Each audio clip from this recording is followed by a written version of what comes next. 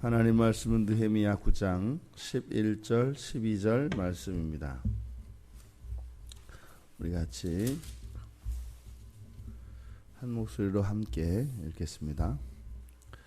또 주께서 우리 조상들 앞에서 바다를 갈라지게 하사 그들이 바다 가운데를 육지같이 통과하게 하시고 쫓아오는 자들을 돌을 큰 물에 던짐같이 깊은 물에 던지시고 낮에는 구름 기둥으로 인도하시고 밤에는 불 기둥으로 그들이 행할 길을 그들에게 비추셨사오며 아멘.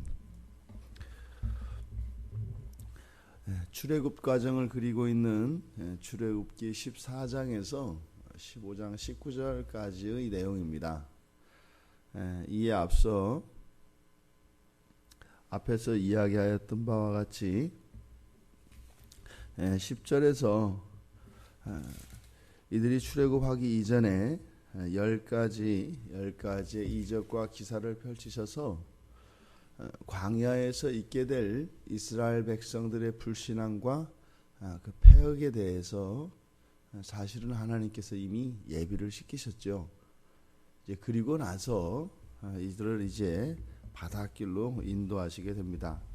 12절에 나온 하나님께서 인도하시는 내용, 낮에는 구름 기둥으로 인도하시고 밤에는 불 기둥으로 그들을 인도하신 이 내용은 실제로 출애굽기 14장과 15장을 보면 앞뒤로 감싸고 있습니다. 홍해를 가르시고 홍해를 육지와 같이 이스라엘 백성들로 하여금 걸어서 홍해를 건너게 하시는데 그 사건의 앞뒤에 이들을 인도하시는 즉 구름 기둥과 불 기둥으로 인도하시는 내용이 앞뒤로 들어가 있습니다. 지금 홍해 앞에 서 있는 이스라엘 백성들, 이제 뒤에서 애굽의 전차 부대는 쫓아오고 있습니다. 이들은 이제 더 이상 물러설 수 없는 마치 전쟁터에서 배수진을 친 것과 같은 이제 그러한 국면이죠. 그 구글에 있는 위성 사진을 보니까 이스라엘 백성이 그 홍해를 건넜을 법한 그렇게 추정되어지는 것을 보니까 그 해안가, 그러니까 홍해의 이쪽 애굽 쪽에 있는 그 해안가에 거기가 삼각주로 이렇게 이루어져 있고 그쪽으로 나가는 길은 이제 외길이더라고요. 그래서 외길이고 뭐 옆으로 갈 수도 없고 뒤쪽은 바다고 앞으로는 산과 산 사이 계곡으로 이제 길이 나 있는데 그 앞에서 그 계곡 안에서 전차 부대가 이제는 죽일 기세로 막 달려오는 거죠. 이스라엘 백성은 죽을 수밖에 없는, 멸망할 수밖에 없는 그런 운명에 처해 있었습니다. 그때 하나님께서는 바다를 가르셨고 그 바다를 좌우로 물 기둥을 좌우로 세우시고 그 바다의 바닥을 육지와 같이 통과하게 하셨습니다. 그리고 그 마지막 이스라엘 백성 한 사람이 이제는 그 바다에서 무트로 나오자 순식간에 좌우로 갈라서 늘어선 것과 같았던 그 바닷물이 그냥 덮쳐버립니다. 그래서 쫓아오던 자들을 물에 던진 것과 같았다.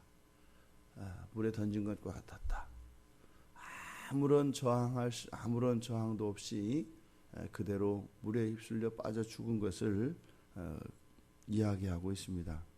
그리고 광야에서 또다시 구름 기둥으로 인도하시고 불 기둥으로 갈 길을 비추셨다. 그러니까 구름 기둥과 불 기둥 이야기가 나오고 그 다음에 홍해 사건이 있었거든요. 그러니까 여기서 또다시 구름 기둥과 불 기둥 이야기가 나오면 하나님께서 인도하실 것인데 그 인도하는 그 길은 정확할 것이고 그 인도하는 그 길을 따라갈 때는 하나님이 인도하시는 것임을 분명하게 알 수 있는 일이 또 일어날 것이다 라고 하는 그런 복선이 들어가 있습니다. 지금 이 글을 쓰고 있는 저자는 바벨론에서 예루살렘으로 돌아온 사람입니다. 그러니까 지금 이 기사는 출애굽 기사를 지금 이야기하고 있습니다만 이들의 지금 상황은 출바벨론의 상태죠. 이들의 선조가 애굽에서 노예로 살다가 이제는 그 애굽을 벗어났던 이 사건은 특별히 바벨론에서 70년간 포로 생활을 하고 돌아온 이 이스라엘 백성들의 기억 속에서는 더욱 실감이 나고 이들 조상들이 그 홍해를 건널 때 그리고 광야에서 인도를 받았던 이 일들은 더욱 생생하게 경험됐을 거라고 생각을 합니다. 출애굽 상황과 출바벨론의 상황은 좀 다르지요. 출애굽 당시에는 바로의 마음을 하나님께서 강팍하게 하셔서 10가지 재앙을 통해서 마지막 그 장자의 죽음으로 이들을 놓아주게 하시죠. 그런데 출바벨론의 상황은 정반대입니다. 바벨론에서 나올 때는 먼저 그 바벨론의 왕의 마음을 먼저 움직이셨습니다. 그랬는데 강팍해진 것은 이스라엘 백성입니다.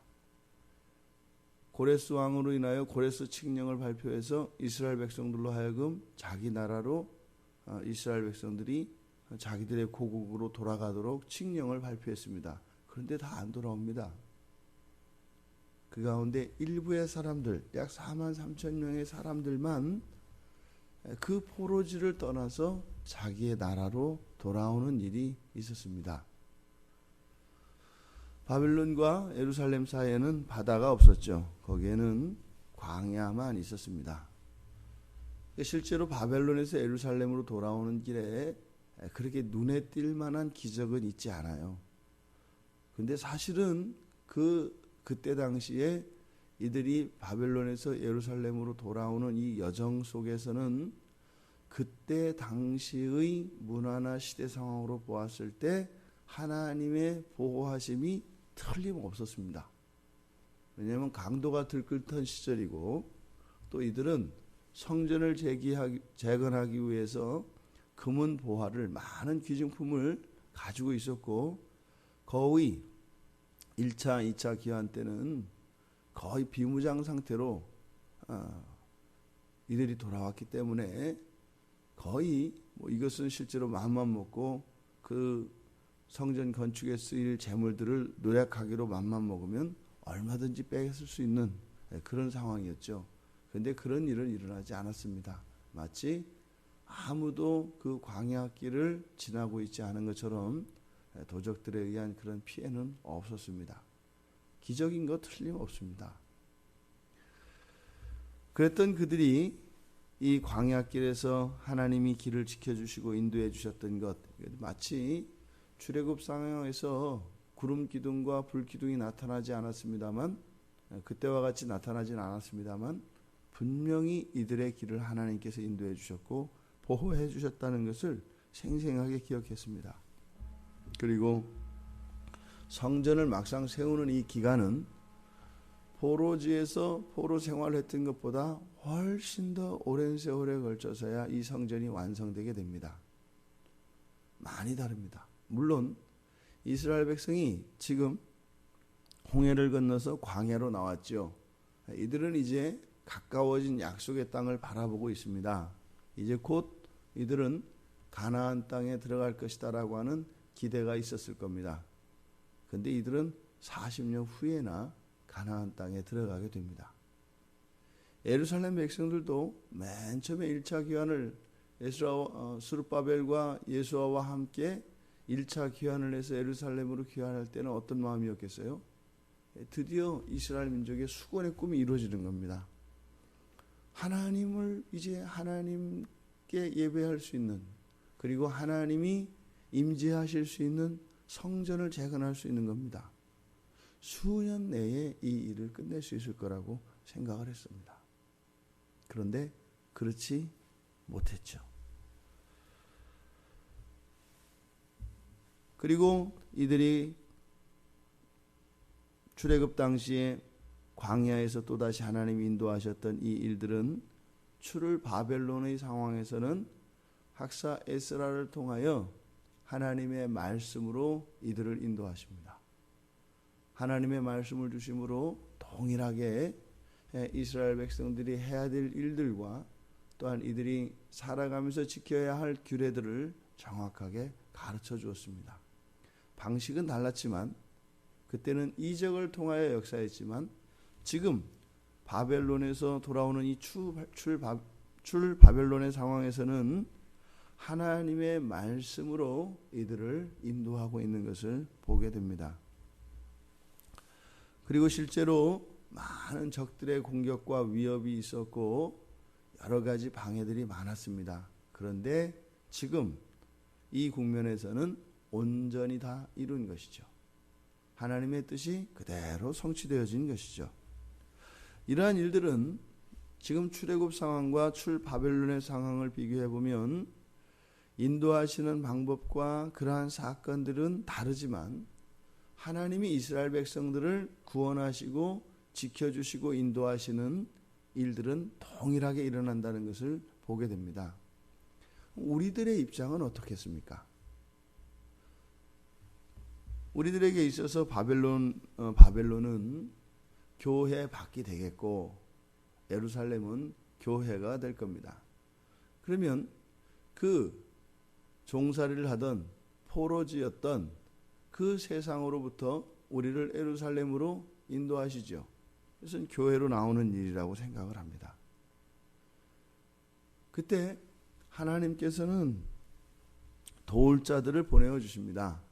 신앙생활을 할 수 있도록 돕는 자들을, 전도자들을 보내어 주시기도 하고 또 우리가 교회 안에서 신앙생활을 할 때에도 우리를 도울 수 있는 사람들을 항상 붙입니다. 항상 우리 주변에는 누군가 있었던 것을 우리는 기억을 합니다. 또 교회 생활은 그러니까 가나안 땅 같고 또 가나안 땅은 그냥 들어가면 될 것 같지만 그렇지 않단 말이죠. 그 안에 여러 가지 도전이 있고 시험이 있고 방해가 있고 이런 공격들이 분명히 있습니다. 그러니까 거기에서는 우리가 하나님의 인도하심을 받지 않으면 우리가 방향을 잃을 수밖에 없고 우리의 그 꿈을 도저히 달성할 수 없다는 것을 알고 있습니다. 많은 사람들이 교회로 옵니다. 그리고 교회를 떠나는 것을 보게 됩니다. 뭐 어떤 교회는 보니까 1년에 10,000명이 교회를 떠난다고 합니다. 1년에 교회를 떠나는 숫자가 10,000명이래요. 뭐 더 많은 사람들이 오겠죠. 그래서 어지간한 규모의 뭐 보통 몇천 명 정도 되는 그 정도 규모의 교회들이면요, 1년에 떠나는 숫자가 1,000명 가까이 됩니다. 보통요. 보통 1,000명 정도 됩니다. 이게 무슨 일일까요? 그러니까 광야에 들어섰고 그 예루살렘 땅에 약속의 땅에 들어서지만 정작 성전을 건축하고 성전 건축한 후에 지금 본문과 같이 하나님을 찬양하며 감사할 수 있는 사람은 극히 드물다는 겁니다. 출애굽 상황에서도 뭐 뒤에 이제 그 우리 이야기를 우리는 다 알고 있지 않습니까? 광야에서 다 엎드러지거든요. 광야에서는 2세대들 그리고 레위 지파와 누구죠? 여호수아와 갈렙 이들만 1세대 가운데에서는 레위 지파와 여호수아 갈렙 이들만 가나안 땅에 들어가고 나머지 다 엎드러집니다. 그런데 지금 출 바벨론의 상황을 보니까 그때보다는 훨씬 많습니다. 오늘날 보면 이러네 저러네 교회에서 뭐 10,000명씩 떠나고 1,000명씩 떠나고 이렇게 한다 할지라도 그래도 오늘날 보면 이 교회 안에서 하나님을 만나고 어떤 어려움 속에서도 신앙을 버리지 않는 이들이 훨씬 더 많아졌죠. 출애굽으로부터 우리의 신앙생활하는 이 현재의 시대까지 비교해 보면 점점 하나님 나라가 확장되어져 가고 있는 것을 보게 됩니다. 점점 더 많은 사람들이 하나님 나라에 들어가서 하나님 백성으로 하나님 나라를 위하여 살아가고 있다는 것입니다. 이 자리에 있는 우리 모두들 그렇게 해서 이 자리에 있고 또 우리가 이 세상을 떠나는 날까지 우리 앞에 이런저런 모양의 시험과 환난들이 올 것입니다. 그때마다 주시는 하나님이 인도하여 주시는 말씀으로 인도하여 주시고 돕는 자들을 통하여 인도하여 주시는 그 인도하심을 받아 그 마지막까지 성전을 완공하여 하나님을 찬양하고 감사할 수 있는 우리 모두가 되기를 바랍니다. 오늘 한 날 또 그런 삶일 겁니다. 우리의 마음을 흔들어 놓고요. 우리의 신앙을 버리라고 이야기할 거고요. 그렇게 하는 것은 어리석고 그것보다는 더 지혜로운 삶이 있다고 우리를 속이려 될 것입니다. 우리는 이 세상에서 다른 사람들을 이기며 다른 사람들보다 잘 살기 위해서 사는 거 아닙니다. 우리의 신앙을 지키며 우리의 순결을 위하여 살아가고 있다는 것을 기억하시기 바랍니다. 이 한날 여러분의 그런 순결함이 때로는 아픔이 될 수도 있겠지만 하나님의 기뻐하심과 그 영광을 위하여 더 끈히 이 한날을 믿음 안에서 잘 살아내시는 여러분들이 되시길 바랍니다. 하나님의 보호와 하나님의 인도하심이 있을 것입니다. 그것을 의지하며 하나님의 영광을 위하여 살아가는 이 한날, 이 한 주일이 되기를 주님의 이름으로 축원드립니다.